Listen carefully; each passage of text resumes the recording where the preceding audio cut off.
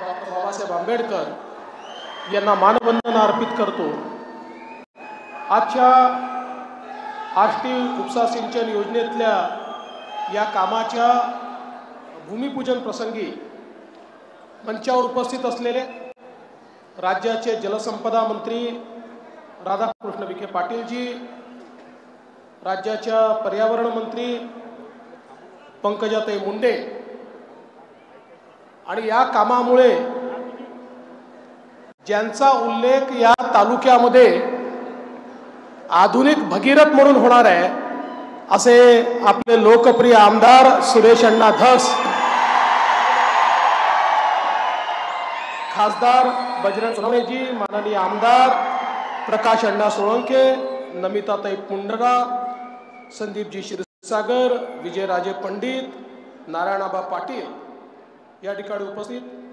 माजी आमदार साहेबराव नाना दरेकर, भीमरावजी धोंडे, लक्ष्मणजी पवार, त्याचप्रमाणे आपले additional chief secretary Shri Deepak Kapoor या ठिकाणी उपस्थित, समीर काझी, शंकर देशमुख, रमजान तांबोळी, दत्ता काकडे, रश्मिताई बागल, श्री गावडे, श्री अविनाश पाठक, श्री जीवने, श्री विजय घोगरे, श्री तिरमनवार, आपण या ठिकाणी ज्यांचा सत्कार केला की आपल्या खो खो संघाची कर्णधार प्रियंका इंगळे, मोठ्या संख्येनं या ठिकाणी उपस्थित असलेल्या माझ्या सर्व लाडक्या बहिणी आणि उपस्थित सर्व